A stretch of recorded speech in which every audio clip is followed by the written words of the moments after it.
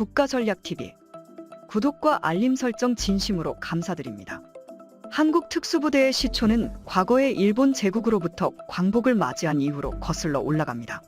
조선인민유격대가 남한으로 잠입해 교란작전을 펼치자 이에 대한 대응책으로 당시 국방부 장관이었던 이범석 장관의 명령에 의해 육군본부정보국의 보국이라 칭하는 제803독립대대를 창설한 것이 그 시작이 된 것인데요. 이후 호림부대, 수색학교, 유격대 등이 창설되었고 한국전쟁이 발생하기 1년 전인 1949년이 되던 해에 주한미군이 철수하면서 KOL 부대를 창설했습니다. 그 후 한국전쟁이 발발하자 기존의 KOL 부대 이외에도 백골병단, 영도유격대 등의 특수부대들이 한반도 각지에 창설되었는데요. 한국 전쟁이 끝난 이후로도 특수부대는 꾸준히 생겨나고 발전하여 현재에는 세분화된 많은 특수부대들이 존재하고 있습니다. 가장 대표적인 특수부대로는 안되면 되게 하라는 부대 구호로 유명한 육군 특수전 사령부가 있습니다. 대한민국을 대표하는 특수전 부대로서 1945년 4월 광복군 독수리 요원들이 미국 첩보부대 OSS와 함께 독수리 작전을 준비한 것이 시초라고 알려져 있는데요. 38명으로 시작된 특전부대는 6.25 전쟁 당시 북파 공작부대로 활약한 일명 켈로부대로 이어졌으며 1958년 4월 1일 제1전투단이 창설되면서 지금의 특전사로 거듭났습니다.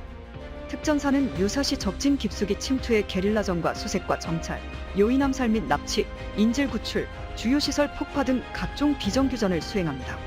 베트남 전쟁 당시 파병된 맹우부대와 백마부대에 배속돼 적교란과 기습작전 등의 특수작전을 수행한 바 있는데요. 베트남 전쟁에서 한국군의 활약은 전 세계에 보도되기도 했으며 당시 한국군이 외신들로부터 많은 호평을 받았었는데 그 이유를 알려드리고자 합니다.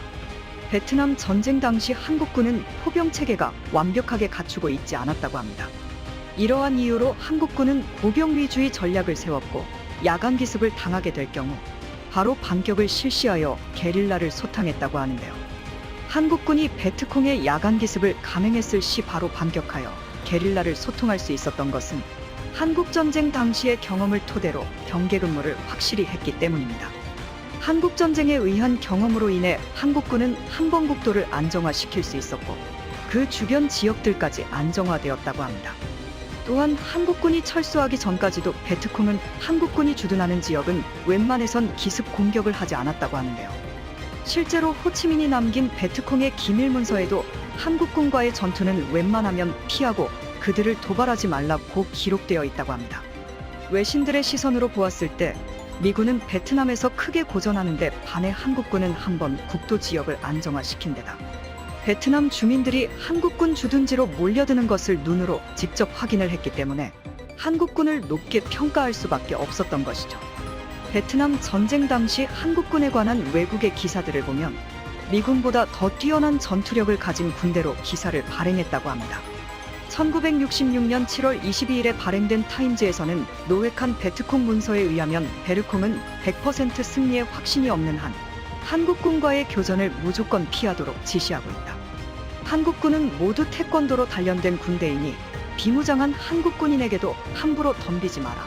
1967년 4월 10일에 발행된 뉴스 위크지에서는 월남에 있는 미국인들은 전투에 있어서나 형정사업에 있어서나 한국군을 최고로 높이 평가한다. 사실 한국군과 함께 작전을 수행해본 일부 미군들은 미군이 한국군의 전술을 배워도 좋으리라고 믿게 되었다. 마치 미국이 한국이라는 비범한 학생을 가르치는 선생이 되었는데 어느 날 아침 교실에 와서 선생님인 미국보다 학생인 한국군이 앞서 있다는 사실을 발견한 것과 같습니다. 서술되어 있으며 미국 하원의 증언록에 실려있는 하원 국방위원장의 증언에 따르면 한국군의 전술과 미군 전술과는 중요한 차이가 있다. 한국군은 적으로부터 사격을 받으면 즉각 2개 혹은 그 이상의 방면에서 공격을 가하여 베트콩이 도망칠 기회를 주지 않았다. 반면 미군은 적으로부터 사격을 받으면 뒤로 물러나 포병 지원이나 공중폭격을 요청한다. 그 다음에 공격을 하게 되니 적은 이미 자취를 감추고 만다.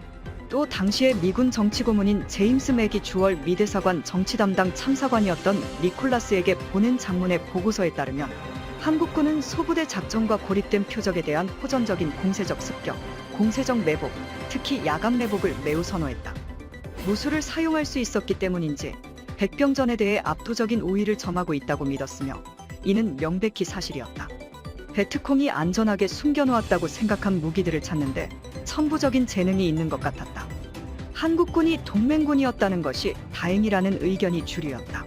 특전사 예하 부대 중 707 특수임무단은 특수부대 내의 특수부대로 불리우며 평상시에는 대테러 작전이 주임무이지만 전시에는 비밀작전을 수행한다고 합니다. 특히 개개인의 얼굴과 신상은 2급 기밀이며 최근 행사나 훈련 등이 공개되기도 했지만 공석에서는 항상 복면이나 위장, 선글라스를 착용하고 있는데요. 기밀인 만큼 이들의 임무와 활동에 대해선 아직 정확히 알려진 것은 없습니다. 두 번째로는 해군 특수전전단이 있습니다. 일반적으로 UDT라는 용어로 더 많이 알려져 있는 부대이죠. 이 부대는 1955년에 미국 해군 UDT 과정을 수료한 7명의 해군 장교가 미 해군 수중폭파대를 모티브로 교육생들을 공개 모집하여 지원한 300명의 교육생 중 25명을 수료시킴으로써 처음으로 UDT 제1기생을 배출했습니다. 상륙작전에 앞서 적해안의 침투에 기뢰 등 수중 장애물과 해안포, 레이더 등을 제거하고 상륙부대에 각종 해안 정보를 제공하는 임무를 수행하지만 역시 평시에는 해상 대테러 작전이 주임무입니다. 청해부대의 핵심 전력으로 아덴만 여명 작전을 통해 실전에 강한 부대 역량을 전 세계에 과시한 바 있죠. 세 번째로는 국군에서 잠수 능력이 가장 뛰어나다고 평가받는 해난구조대가 있습니다. 해난구조대는 1950년에 해상공작대라는 이름으로 창설되었으며 이후 1955년에 해난구조대로 명칭을 변경했는데요. 이 부대는 제55군수 지원전대에 소속되어 있으며 약 400명 내외의 인원으로 구성되어 있습니다. 해난구조대는 뛰어난 잠수 능력을 바탕으로 아군 구출, 해상장애물 제거, 침몰된 선박 인양 등의 임무를 수행하며 실제로 이들은 1999년 조선인민군 반잠수정 인양에 참여한 바 있습니다. 지난 2002년에는 제2차 연평해전에서 침몰한 참수리 357호를 인양하였으며 이후 수많은 인양 활동을 수행하였고 현재도 수행해내고 있다고 전해집니다. 공군에도 베레모를 쓰는 특수부대가 존재한다는 것 알고 계셨나요? 제6탐색구조비행전대는 한반도 전역의 탐색구조 임무를 맡고 있는 대한민국 공군 소속 특수임무부대로 전투부대와는 다르게 생명을 구하는 고귀한 임무를 부여받아 언제 어디든 우리는 간다라는 부대 구호 아래 시간과 장소를 불문하고 긴급 상황 시 전천 후 탐색구조 임무를 수행하고 있습니다. 이와 함께 제5공중기동비행단 역시 공군의 특수부대인데요. 전투기, 공격기 등을 보유한 타 전투비행단들과는 다르게 다른 비행단이 사람을 죽이는 일을 하는 비행단이라면 제5공중기동비행단은 사람을 살리는 일을 하는 비행단이라고 합니다. 현재 20여 명 정도만 있을 정도의 소수정예로 한국의 특수부대들 중 가장 적은 인원으로 부대를 운영하고 있습니다. 2000년 4월에는 동티모르에서 한국군 수송기 관제 임무를 수행했으며 2005년 이라크전 당시 쿠웨이트 다이만 부대에 파병돼 기상 상황 조사 등의 임무를 수행한 바 있습니다. 상륙부대의 눈과 귀 역할을 하는 해병대 특수수색대는 가장 최근에 창설된 특수부대로 지난 2018년 5월 출범한 이 부대의 주임무는 대테러, 특수정찰, 직접 타격 등입니다. 기존의 병 위주의 수색대의 한계를 극복하기 위한 간부 위주의 특수수색대로서 올해 7월 제11차 국가테러대책위원회에서 군 대테러 특수임무대로 격상됐습니다. 내년에는 중령이 지휘관인 대대급 규모의 부대로 증편될 예정인데요. 최근 미국의 한 커뮤니티에서는 한국의 특수부대는 얼마나 강한가? 라는 질문에 대해 많은 댓글들이 달려 화제였습니다. 한 사내는 자신을 26년간 미 해병대에서 장교로 근무했다고 소개하면서 내가 일하는 동안 만났던 모두가 하나같이 입을 모아 말했습니다.